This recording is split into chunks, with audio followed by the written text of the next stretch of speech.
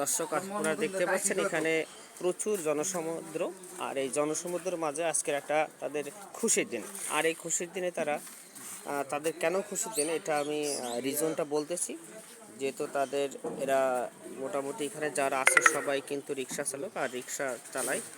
আর তাদের ঈদের দিন কেন বলতেছে, তাদের অনেক দিন পরে আজকের গরুর মাংসের একটা আয়োজন চলতেছে। আর এই গরুর মাংসের আয়োজনটা এই বন্ধন করতেছে ভাই।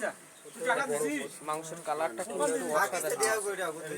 আর তাদের আজকের অনুভূতিটা অন্যরকম, তার কারণ এমন আসলে গরুর মাংসের আয়োজনটা এই ধরনের রিক্সা ড্রাইভারদের আসলে খুব কমই আয়োজন করা হয়। তো অনেক দিন পরে আয়োজনটা করতেছে, বিশেষ করে এই যে রিক্সার এই ভাইটা কিন্তু রিক্সার মালিক।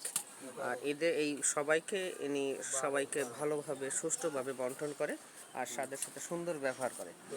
তো তো যা হোক, আসলে প্রত্যেক মানুষের জীবনের কিছু কিছু গুরুত্বপূর্ণ সময় আনন্দ মুহূর্ত থাকে। তো তাদের এই যে আমাদের একটা সুপরিচিত ব্যক্তি সুশান্ত ভাই, এই সুশান্ত ভাই আসলে খুব একটা মাটির মানুষ, খুব ভালো মনের অধিকারী।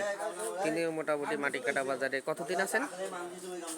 প্রায় 7 বছর থেকে। 7 বছর ধরে এখানে আছে। তো যা হোক, আপনার সুদীর্ঘ কামনা করি। আর এই যে রিক্সাগুলো দেখতে পাচ্ছেন, এই যে এখানে তারা তাদের আবাসস্থল হলো এটা, এখানে তারা অবস্থান করে, এখানে তারা থাকে। তো এই যে তাদের গোসল করে একেবারে গ্রামীণ যে পরিবেশ, সেই গ্রামীণ পরিবেশের মাধ্যমে তারা আসলে একটা শহরের ভিতরে গ্রামীণ পরিবেশ, যেখানে এটা ছাগল আছে, এই যে ছাগল দেখতে পাচ্ছেন,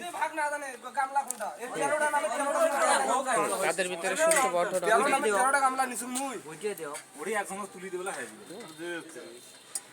তো এদের অনুভূতিটা আসলে খুব দেখবেন, খুব আবেগঘন মুহূর্ত। এটা হলো মাটি কাটা।